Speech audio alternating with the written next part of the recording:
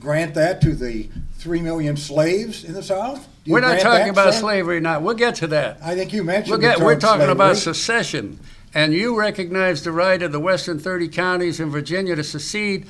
Sauce for the goose Within and the sauce for rules the of the state gander. of Virginia. Why cannot the 11th southern state then secede from your sacred union if they choose to do so? We've been teaching you why not for the last 4 years, sir. Yeah, but you're not consistent. You are not consistent, okay? Oh, one other item. We heard nothing more than the fact that the Constitution prohibits secession.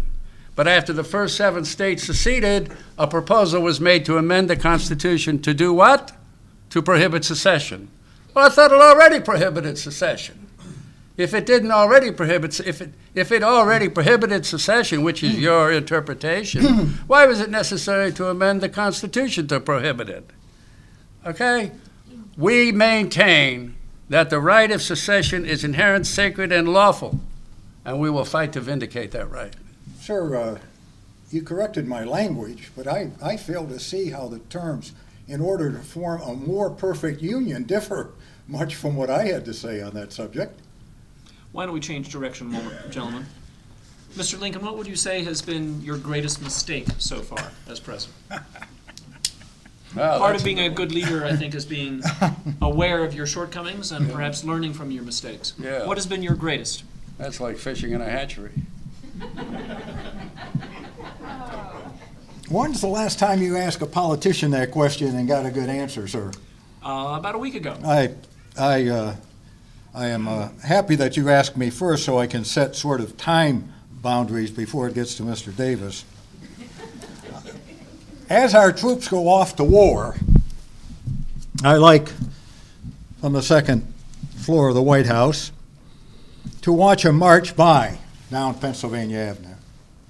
I've come to call out and ask them what they are, meaning what regiment are you? What regiment? And they call back and wave. Well, this one afternoon, I called out and I said, "What are you? What are you?"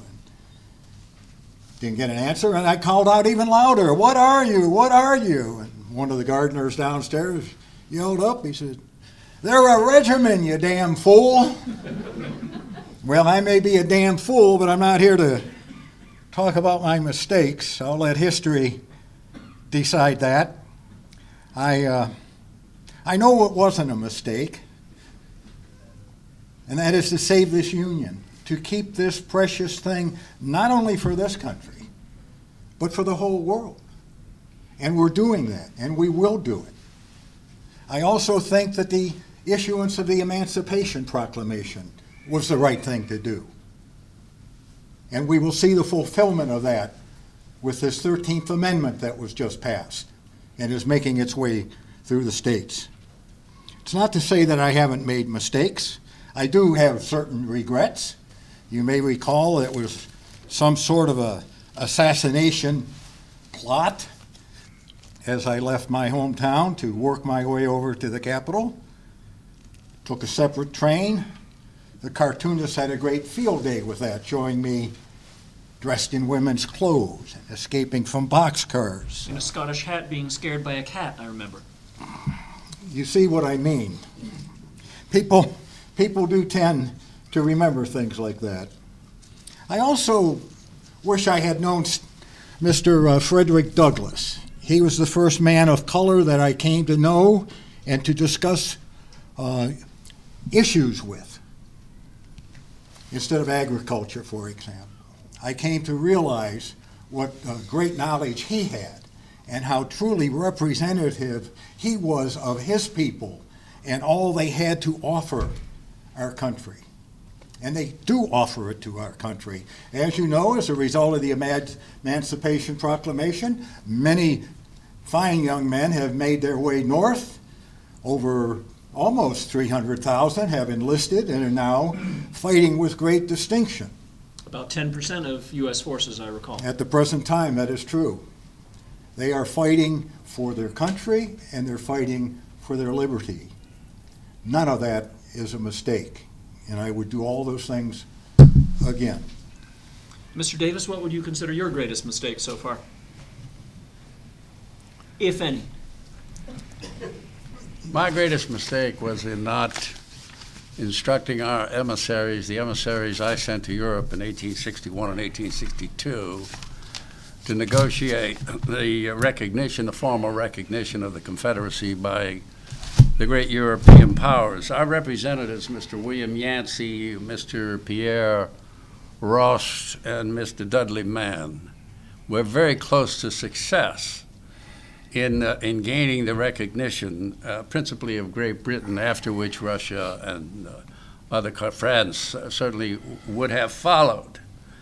In the summer of 1862, after General Lee scored his magnificent victories on the peninsula and at Second Manassas, Earl Russell, the foreign minister of Great Britain, and Lord Palmerston, her prime minister, agreed that they would call a meeting of the prime minister's cabinet in the late summer, early fall at the latest, and offer to mediate our conflict, which certainly would have led to our independence.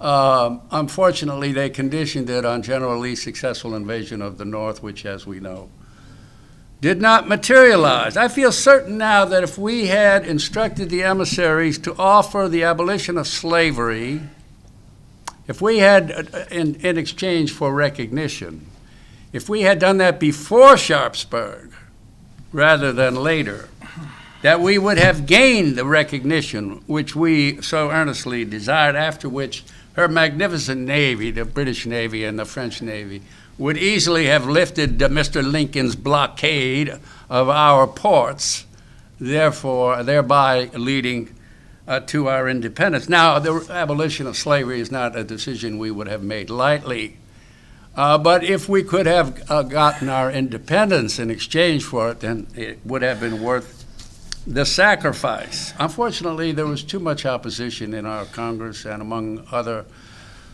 government officials, and for that reason the offer was not made. I feel now that it is too late. The great powers of Europe are no longer interested in mediating our conflict and in lifting the blockade or in dealing with us as a separate nation in the same way they deal with the United States. Because of what they might see as your imminent defeat? Well, that's certainly a consideration. No one likes to be on the losing side, even though I think there is a certain amount of underestimation of our resolve. They don't know that surrender is not part of our vocabulary, but they'll learn in due time. What would you say has been your smartest decision, Mr. Davis? My smartest decision was appointing, I should say, General Robert E. Lee to take the place of General Joseph Johnston on the peninsula in 1862, in May of 1862, in time for him to score his magnificent victories over a numerically superior foe, thereby saving our capital, Richmond, from being overrun by federal hordes under General McClellan.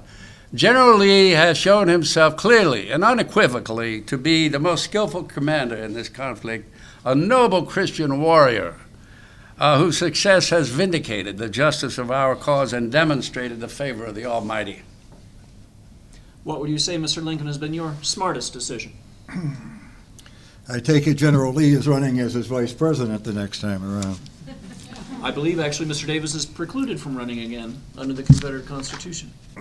If the time I have ever to comes. believe you would love to have General Lee on your side if you were honest, Mr. President. Well, the offer was made, as I recall. Yes, it was. He's a fine man. On the wrong side, but a fine man. If Mrs. Lincoln were here, I, of course, would have to say that marrying her was my smartest decision. Let's say since 1860. I say that to give me the opportunity to say, and Mr. Davis may even agree, that if I've never been one that has been that skilled at offering compliments to women, as Mrs.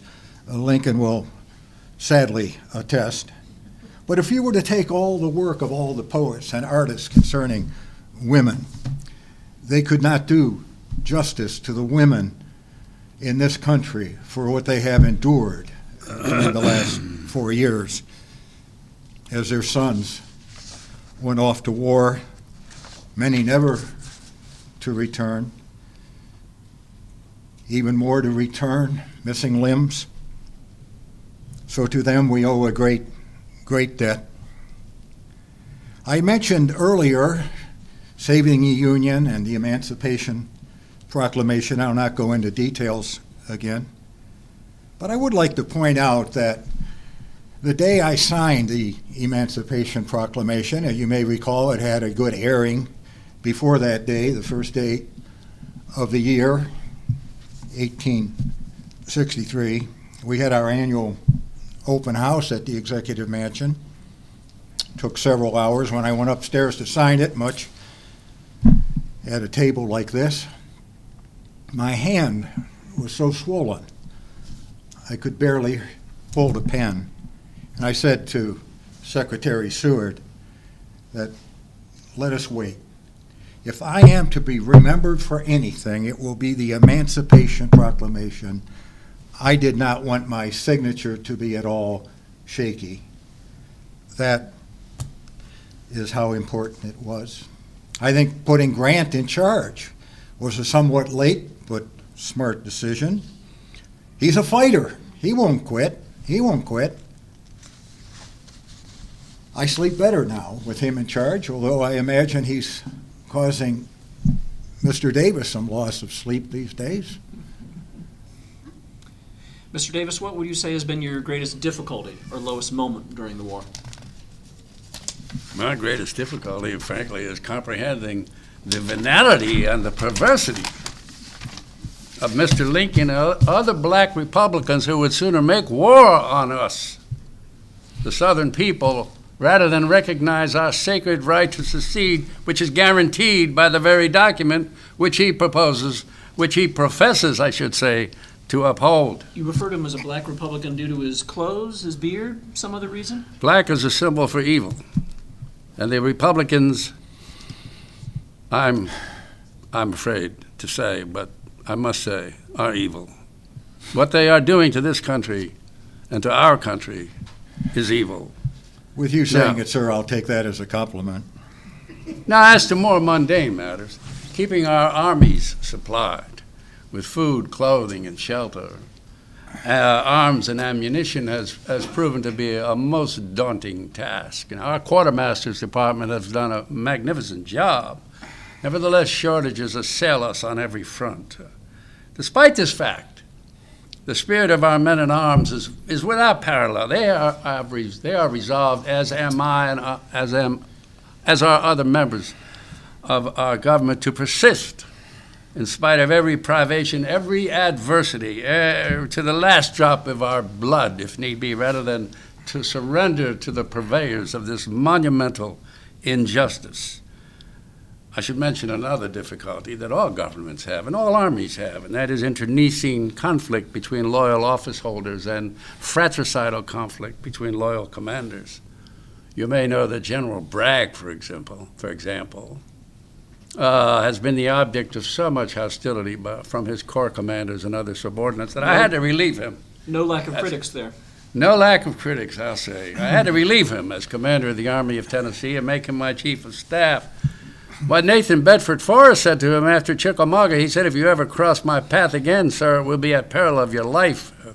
Forrest, of course, meant every word he said, and no one knew it better than Bragg. Mr. Lincoln, what would you say has been your greatest difficulty or lowest moment during this war? I did hear that General Bragg was nothing to brag about, sir. Forgive me. On a more serious note, for me, the death of our son Willie. Well, we've been in our capital city. Tad was sick at the same time.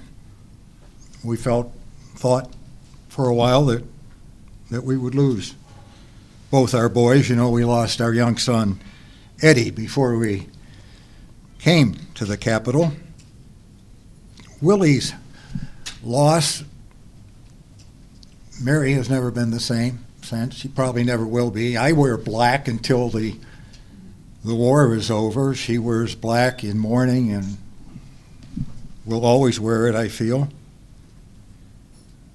Which brought home to me, more than anything else, this tremendous loss our nation is suffering as our young men die day after day after day in what could be described at this point a lost cause.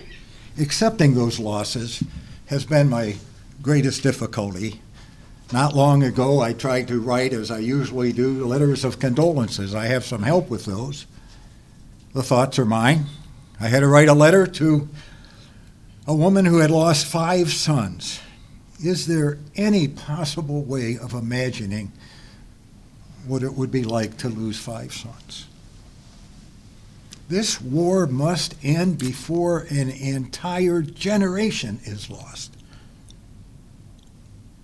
It could end today if Mr. Davis would agree to those simple terms I mentioned at the beginning. We can end this war anytime you want to, Mr. Lincoln, but not on your terms. You'll have to offer better terms than that. You see what I've faced today. Indeed. What single event or incident has surprised you the most since 1861, Mr. Davis, for good or ill? I want to comment on something the President said. I am nothing but sympathetic, of course, because of the loss of his Willie. But he knows as well as I do that I also lost a son who fell from a porch, a 6-year-old who died in the fall. We're both sympathetic with those kinds of personal losses, but they have nothing to do with the issues before us. I think we should stick to the issues before The us. loss of life has nothing to do with a war. Not that kind of loss of life. We're talking about a personal loss through disease. That's a different matter. There have been more men dying through disease than there have been on the battlefield, sir. Are you not aware of that?